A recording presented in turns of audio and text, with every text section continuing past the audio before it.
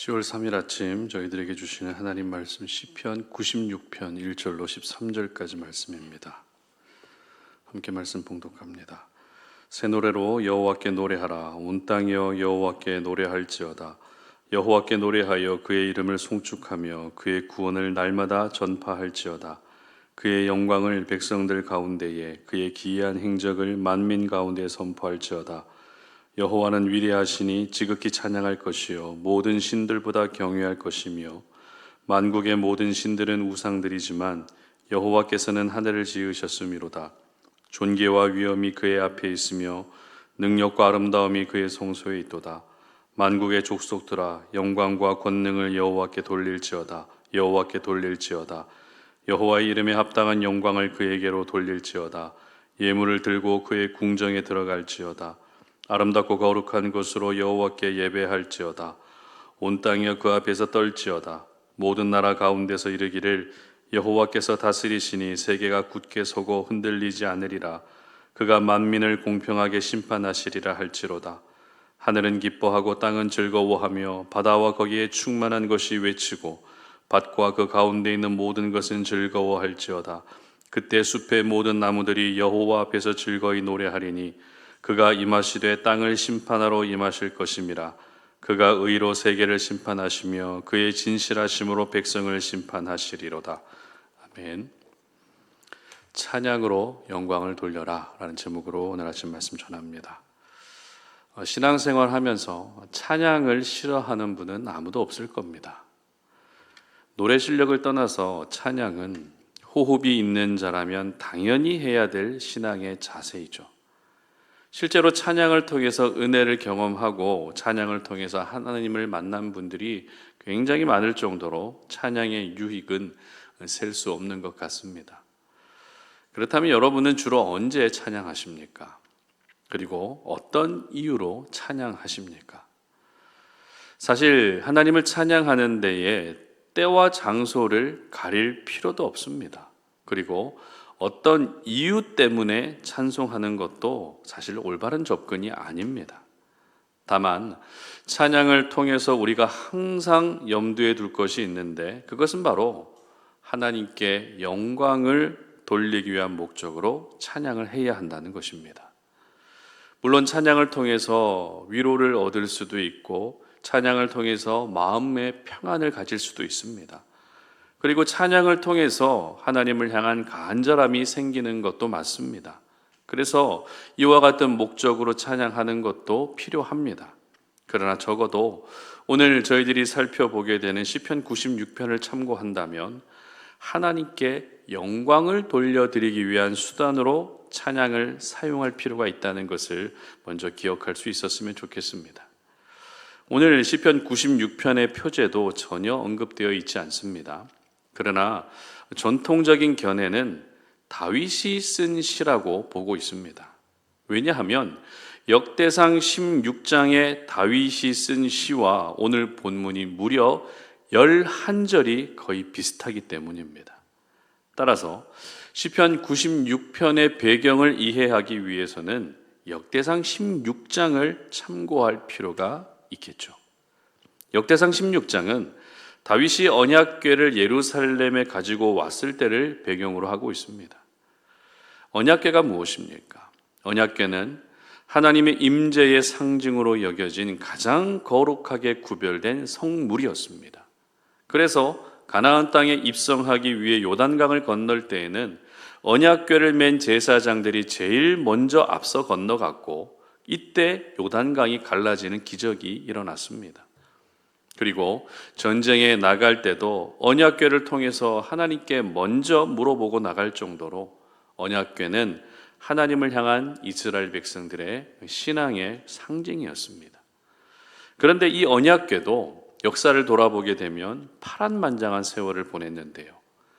사무엘이 다스리던 시대에 이스라엘은 블레셋과의 전쟁에서 언약궤를 뺏기게 됩니다.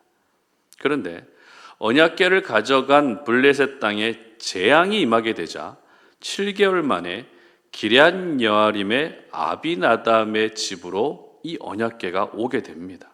그리고 그곳에서 무려 20년간 머물게 되는데요. 그 후에 다윗이 온 이스라엘의 왕이 되고 언약궤를 예루살렘으로 가지고 오게 됩니다. 그런데 이 과정에서 수레에서 떨어지려 하는 언약궤를 웃사가 붙잡는 바람에 그 자리에서 즉사하는 일도 일어납니다. 그리고 이 일에 큰 두려움이 생긴 다윗은 언약궤를 예루살렘으로 가지고 오려는 계획을 잠시 보류하고 오벳 에돔이라고 하는 사람의 집으로 보내게 됩니다.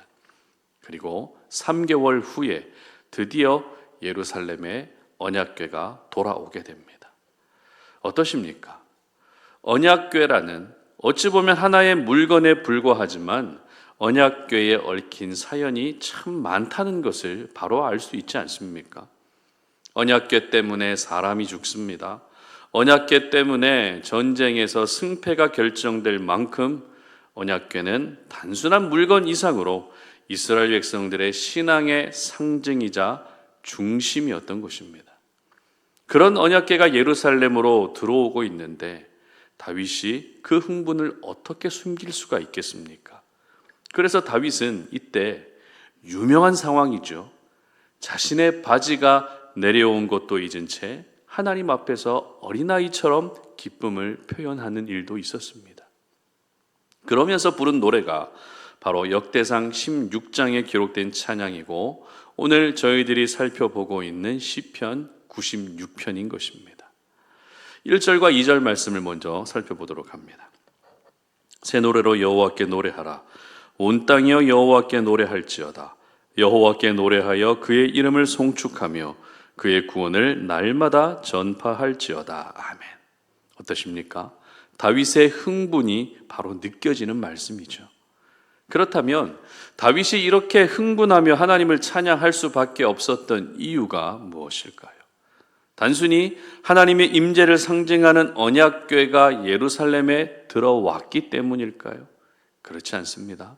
5절과 6절 말씀 보시기 바랍니다. 만국의 모든 신들은 우상들이지만 여호와께서는 하늘을 지으셨음이로다. 존귀와 위엄이 그의 앞에 있으며 능력과 아름다움이 그의 성소에 있도다. 아멘. 이 말씀에서 다윗은 하나님을 다른 신들과 비교하고 있죠. 다른 신은 우상에 불과하지만 하나님은 어떻습니까? 하늘을 지으신 분이시고 존귀와 위엄과 능력과 아름다움이 있는 분이라고 찬양합니다. 즉 다윗은 언약궤가 예루살렘에 들어오는 장면을 하나님이 모든 우상을 진멸하시고 승리하고 들어오시는 모습으로 받아들이고 있었던 것입니다. 그렇습니다. 우리가 하나님을 찬양할 수밖에 없는 이유는 하나님은 다른 신과 비교가 되지 않기 때문입니다. 비교가 되지 않기 때문에, 비교 대상이 전혀 없기 때문에 우리는 하나님을 찬양할 수밖에 없는 것입니다. 그렇다면 오늘을 살아가는 저희들에게 다른 신으로 불려질 만한 것들은 어떤 것들이 있을까요? 대표적으로 물질이 있겠죠. 그리고 자기 자신을 우상으로 여기는 사람들도 있습니다. 성공에 대한 열망이 우상이 되기도 합니다. 그리고 존경받고 인정받는 자리에 오르는 것이 마치 우상처럼 여겨지는 분들도 있다는 것입니다. 그러나 여러분 꼭 기억하셨으면 좋겠습니다. 우리 하나님은 물질과 비교해도 전혀 밀리지 않습니다. 세상의 성공과 비교해도 밀리지 않고 아무리 막강한 권력자와 비교해도 전혀 지지 않는 가장 위대하신 분이심을 믿을 수 있었으면 좋겠습니다. 사실 우리가 하나님을 찬양해야 되는 이유는 다른 데 있지 않습니다. 무언가 내게 특별한 것이 주어졌기 때문에 찬양하는 것이 아니라 하나님의 존재 그 자체로 우리는 찬양할 수 있어야 되는 것입니다.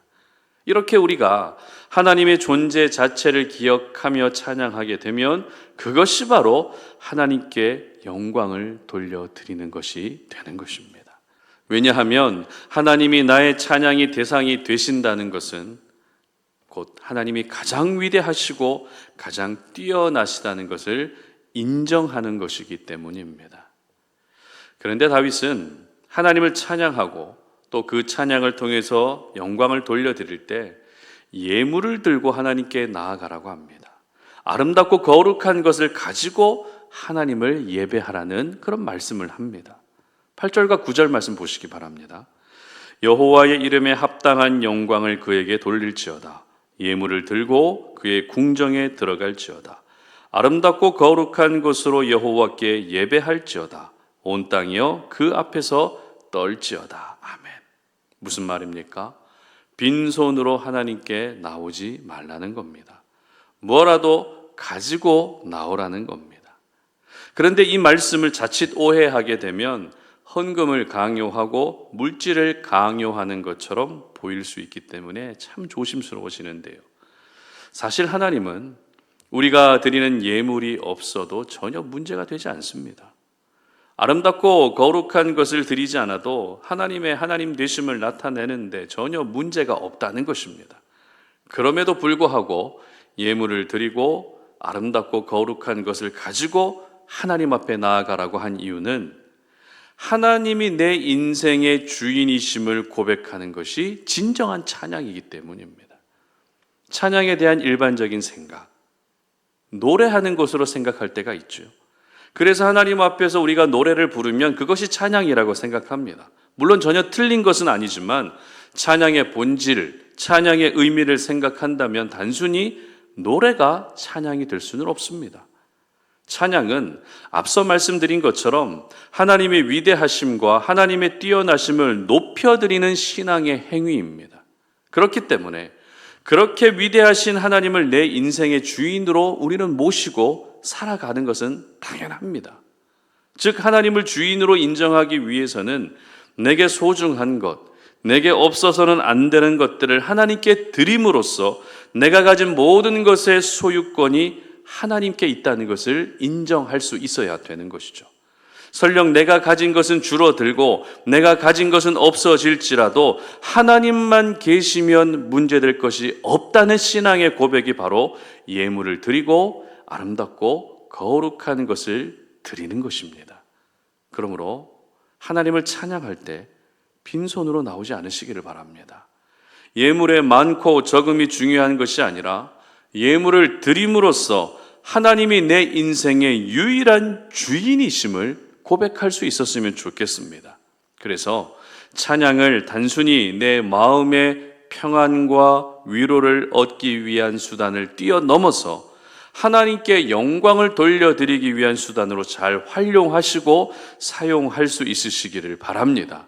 찬양의 은혜, 하나님께 찬양을 통해 영광을 올려드렸을 때에 우리에게 돌아오는 은혜가 얼마나 많고 다양한지를 오늘을 살아가면서 저와 여러분 모두가 함께 경험할 수 있으시기를 주님의 이름으로 축복합니다. 함께 기도하겠습니다. 살아계신 하나님, 오늘도 우리가 하나님을 찬양합니다. 이 찬양을 통해서 하나님께 영광을 돌려드립니다. 마음의 위로를 얻고 마음의 평안을 얻고 싶은 마음도 있지만 무엇보다도 이 찬양이라는 거룩한 수단을 통해서 하나님께 모든 영광을 돌려드립니다. 영광을 받아주시고 우리가 이 땅을 살아가면서 하나님을 찬양하는 삶이 절대 중단되지 않게 하시고 어떤 이유를 떠나서 어떤 이유에 매여서 하나님을 찬양하지 않고가 결정되는 것이 아니라 하나님 그저 하나님의 존재 그 자체로 날마다 하나님을 찬양할 수 있는 저희들이 되게 하여 주시옵소서. 그래서 찬양 속에 담겨져 있는 하나님의 능력을 경험할 수 있게 하시고 찬양을 통해서 영광을 돌려드렸을 때에 그것을 기뻐 받아주시는 그런 하나님과 아름다운 소통이 이루어질 수 있는 저희들의 삶이 되게 하여 주시옵소서. 예수님의 이름으로 기도드립니다. 아멘.